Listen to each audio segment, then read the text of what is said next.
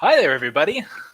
Super glad to be back again for our regular repeating Wednesday tour of the solar system where I get to. You're not getting any audio from me. That's perplexing. Let's see if we can figure that out. A little better now? Even in the future, nothing works. Okay, let's see. Trying this again.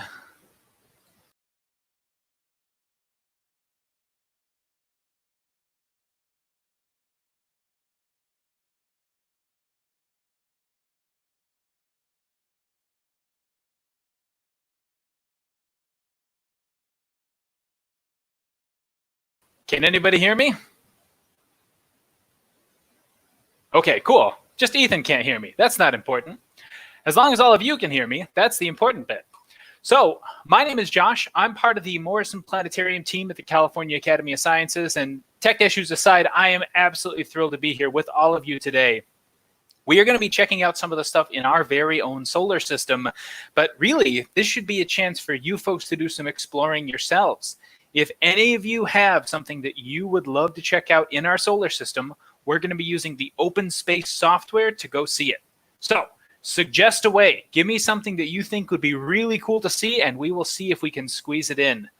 Right now, though, I'm going to turn our things over to our software to give us a chance to see that up close and personal. I'm going to be sharing that video right now. Here we go.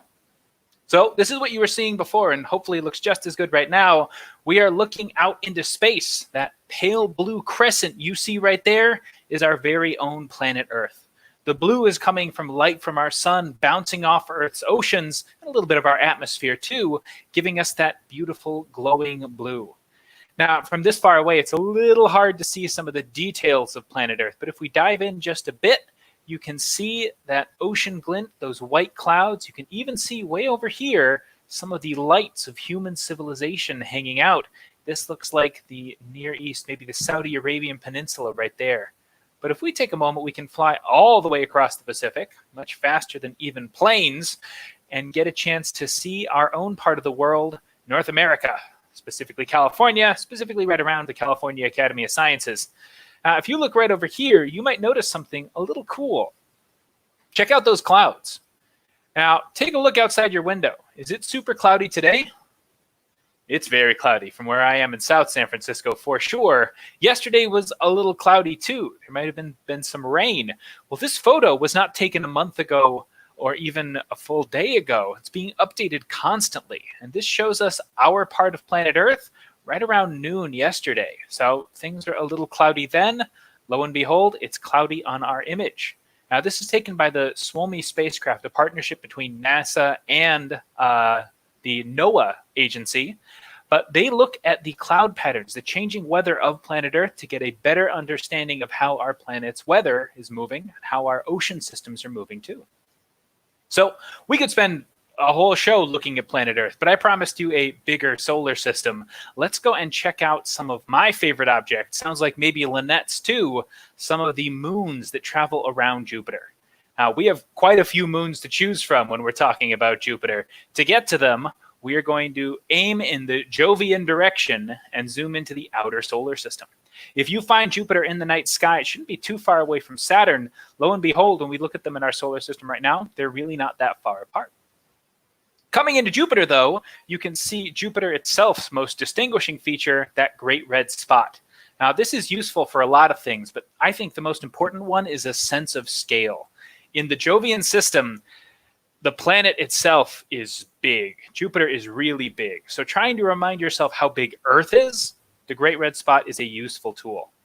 Basically, you could plop down Earth on that Great Red Spot with a fair amount of room to spare. Some people like to say that Earth is a third of the size of the Great Red Spot, or a half, depending on who you're asking.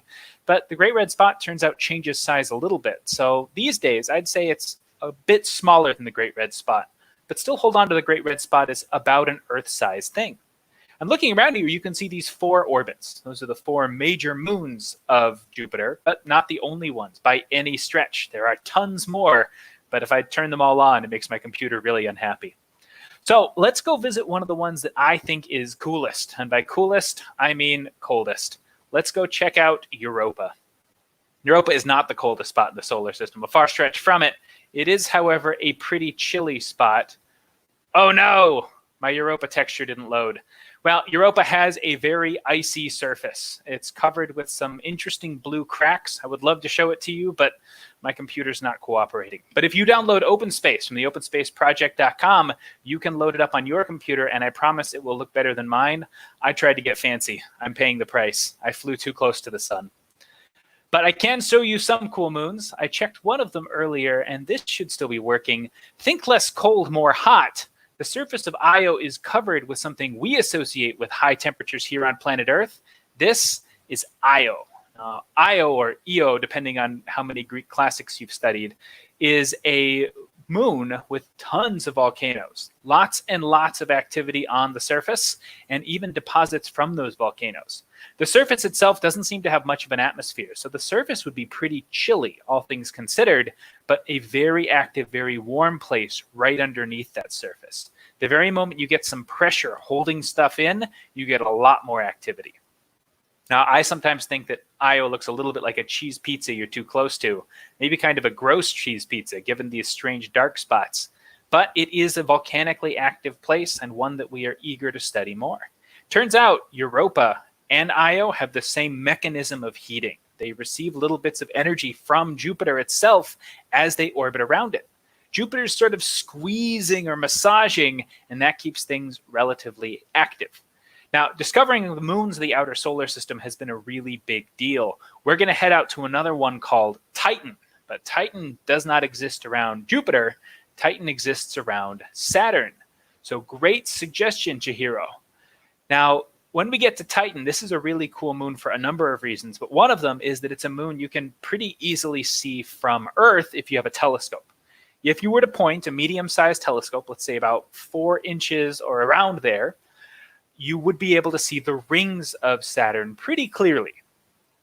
Now, if you were watching those rings, eventually you might notice off on the side there was a point, a pretty bright point that kind of looks like a star, except it's traveling around Saturn. That's Titan. Titan is a very bright object. It's the second biggest moon in our solar system, and because of that, we can actually see it from this far away. Titan is a lot bigger than our moon. In fact, it's bigger than the planet Mercury. The only other moon that can boast that is Ganymede, that orbits around Jupiter. But I promised you Titan, not just Saturn itself, so let's go check out Titan. Now, when we first sent a mission to Titan, we zoomed past and discovered it was hard to see. Turns out it has an atmosphere. There's a little fuzzy cloud of stuff wrapped around it. But we also discovered that isn't just any atmosphere. It's a nitrogen-based atmosphere, the same kind of atmosphere we have on planet Earth. But if you peeled that atmosphere away and allowed yourself to see the surface below, it might look a little something like this. Maybe a little bit more yellow, depending on what color the light was as it passed through. But it would look something like this. Now, I remember back in my high school astronomy class, we saw some of the first ever photos taken from the surface of Titan by the Huygens probe that dropped on down. As it settled onto the surface, we got to see in stunning detail all the amazing stuff happening right down there. Turns out this place looks a little bit like Santa Barbara. And why is that? Well, it's got rivers, valleys, lakes, and streams going right into the oceans. The oceans themselves turn out to not be water. Nothing that's water as we know it would be a liquid on the surface of Titan. What we're actually seeing is completely frozen solid water that forms the kind of rocky outer structure. The liquid down there would be something closer to rocket fuel, ethanes or methanes floating on the surface. But because it is so cold out there, that's where they hang out. Now, I see a lot of comments popping up for some of the more exotic parts of our solar system. I think Pluto sounds like a wonderful idea. Part of the reason that Europa isn't working is because I decided to download a bunch of really cool high-resolution stuff of Pluto and Charon and a couple other spots in our solar system, and it turns out my computer is unhappy with me. But when we look at Pluto up close, here's some of that detail that I think is worth it. When you look at Pluto up close, check out all these little craters. Now, it's a little boggling to think just how far away Pluto is. How do we know this stuff? Well, we sent a spacecraft to fly right past Pluto, and as it shot past, it snapped as many photos as it could. It took measurements of the height, the elevation of different structures on Pluto, and it gave us a really complete picture. Something that's always fascinating to do, no matter which object you're looking at in the solar system, is look to the craters. Craters can always tell a pretty cool story. When you look at these craters, you can pick out a bunch of them on the surface of Pluto. Let's focus on this set right over here. I can see one crater right there and another crater right here. Let's call this one crater A and this one crater B. Without thinking about it too long, which one would you say is older? Generally, I would say crater B, this guy right here, is older than crater A. And that's because if you look carefully, crater A is sitting on top of crater B. That means crater B was already there when something fell and struck the area around it. So with that little piece of knowledge, you can start to piece together the history of a surface. Now, by poking around more and more, you can start to see the more craters there are, the older something is. That's something we use to tell the age of surfaces all across the solar system. But I want to show you something on the nighttime side of Pluto, and for that, we have to turn off nighttime. Check out this thing. This giant whitish area. Some of it is very cratery. Over here, you've got mountains with craters, a lot of stuff going on. That's pretty cool looking. Those are ice mountains carved by the sun and energy that's hitting them. That's pretty awesome. But check out this part over here. This super smooth area without a single crater that I can see. We do have a couple little points, maybe mountains or something that's rising out of the surface, but not very high.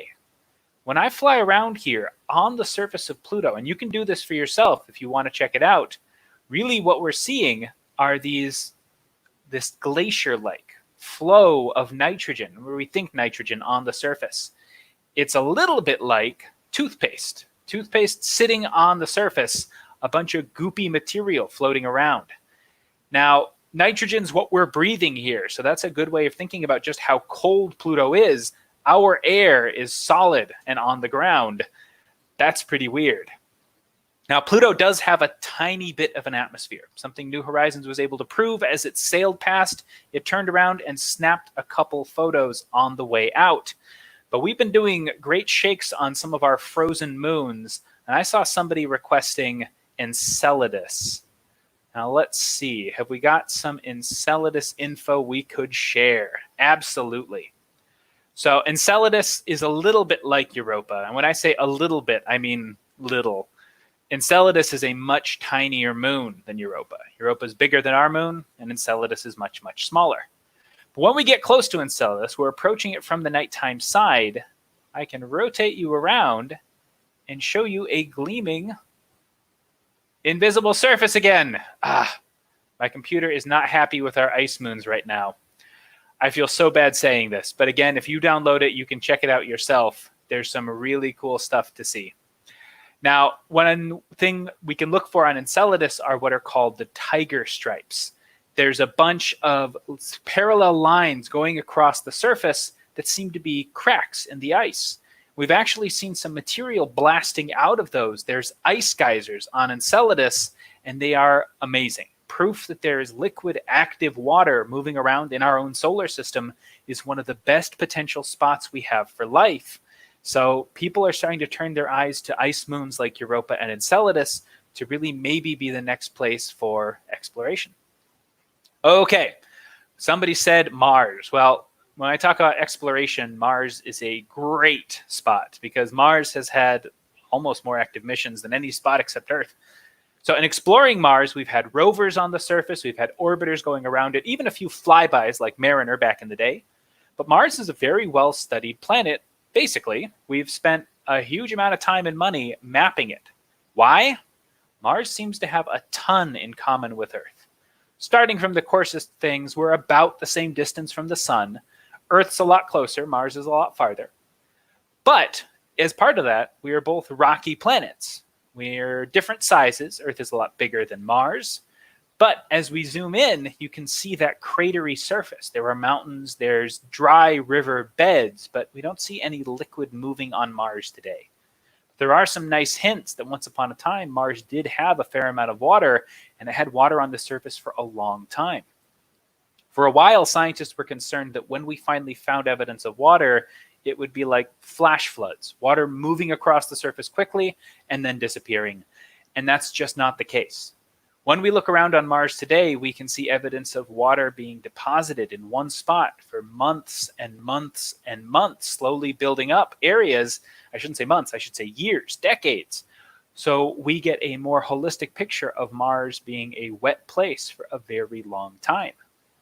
So you may have heard about Mars from the Curiosity mission poking around on the surface.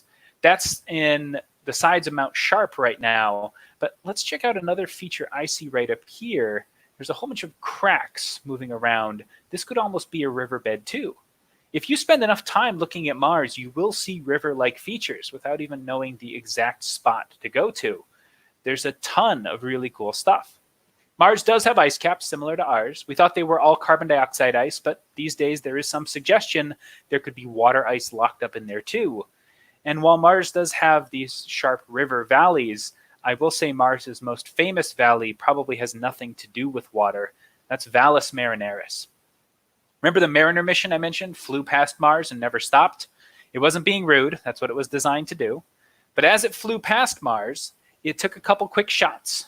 And one of those revealed a huge dark feature that later became known as Valles Marineris, or Mariner Valley, because the Mariner probe officially confirmed its existence. Now to see that, we go right over here, and I bet you can spot it without me even telling you what to look for. See that giant thing? That is Valles Marineris. Now I'm going to show you one of my absolute favorite things to do inside the OpenSpace software. If you ever wanted to imagine what it would look like to walk on the surface of another planet, this is a great way to do it. So we are going to pop ourselves right down onto the surface of Mars. And as we do, my computer, I can hear it working, is going to try and build the actual 3D structure of Valles Marineris so that you can see what every little dent and curl is like. While that's cooking, though, and I mean cooking, there's a bunch of questions and potential suggestions popping up in our chat. Those would be some really cool places to check out. I see Uranus. Okay. Now, once again, download OpenSpace for yourselves and you can see all this cool stuff. But let's go check out Uranus. Now, Uranus gets a lot of flack for being the planet with the name humans find most entertaining. But aside from that simple bit of trivia, it is a really amazing spot. In our solar system, we have 4 rocky planets. We have 2 gas giants. We have 2 ice giants. Well, if you were to guess based on that, what the most common kind of planet in our galaxy would be, you'd probably say a rocky planet. That might be true. But we haven't found as many rocky planets as we have found kind of super Earths or mini Neptunes. So we really want to understand this kind of object really well. It would be great if we could have tons and tons of information coming in about those distant exoplanets, but they're really hard to study. Meanwhile, we've got an almost perfect laboratory in our own solar system, places like Neptune and Uranus. So when you look at Uranus up close, you can see the dark spots, you can see the light spots, and you can even see this yellow shady area. I would love to show you these super cool new photos we got from the mission that's been orbiting Uranus for a long time, but I can't. Why is that?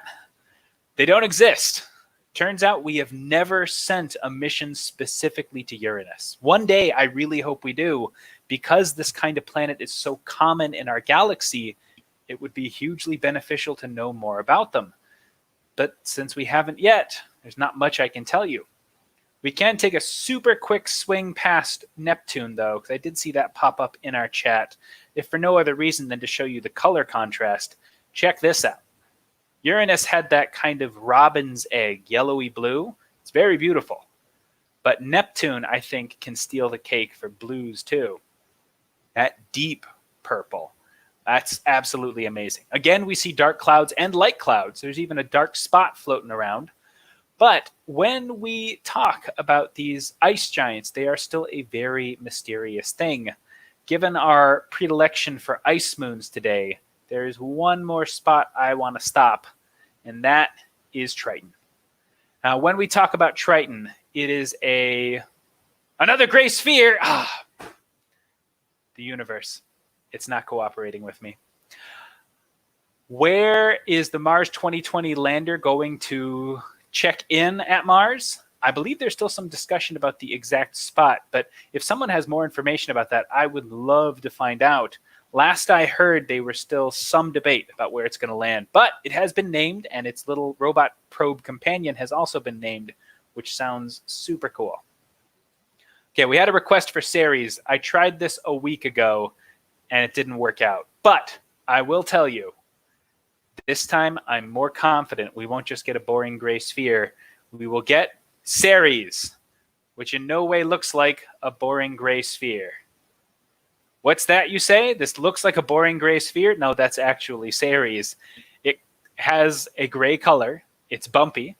And that's what makes me know that the computer model actually loaded. Now, you will notice one part of Ceres that is not gray. What part is that?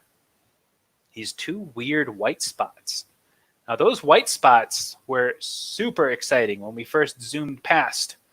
Those white spots, we think, are going to be something like Epsom salts you have underneath your fridge, or underneath your sink, I should say. Don't put salts underneath your fridge. But they dissolve in water, and that's leading some people to think that we are going to have some kind of water inside Ceres.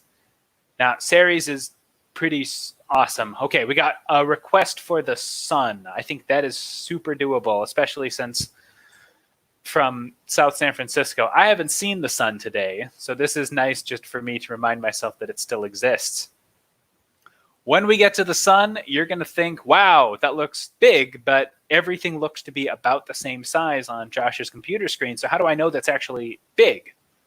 Well, for a sense of scale, remember how big Earth was compared to Jupiter? It was the size of that great red spot. I would guess, as a close estimation, see that pale spot right dead center? That's probably about an Earth. For a sense of scale, you fit 100 Earths across the sun, 100 Earths top to bottom, and 100 Earths from front to back. And if you add all those Earths together, I should say multiply those Earths together, it's about 1 million times the volume of Earth. That's pretty huge. Now, our sun, we think of as the biggest thing in our solar system. It absolutely is. There's nothing that comes even close to it. Jupiter would be second biggest, and that's a lot smaller. But when we look out into the universe at large, we see our sun is not even on the bigger 50% of stars that we've seen. We're on the smaller 50%.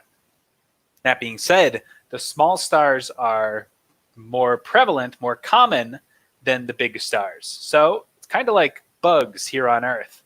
Yeah, there's a lot more elephants than bugs on planet Earth. Excuse me, elephants are a lot bigger than bugs. But if you were to weigh all of the elephants versus all the bugs are going to outweigh the elephants every single time. So our sun is a medium-sized star, it's true. But when you start looking at all these stars there are out there, we're in good company. There are lots and lots of friends nearby. Okay, so we are at 4:53 by my count. I've run over by a couple minutes.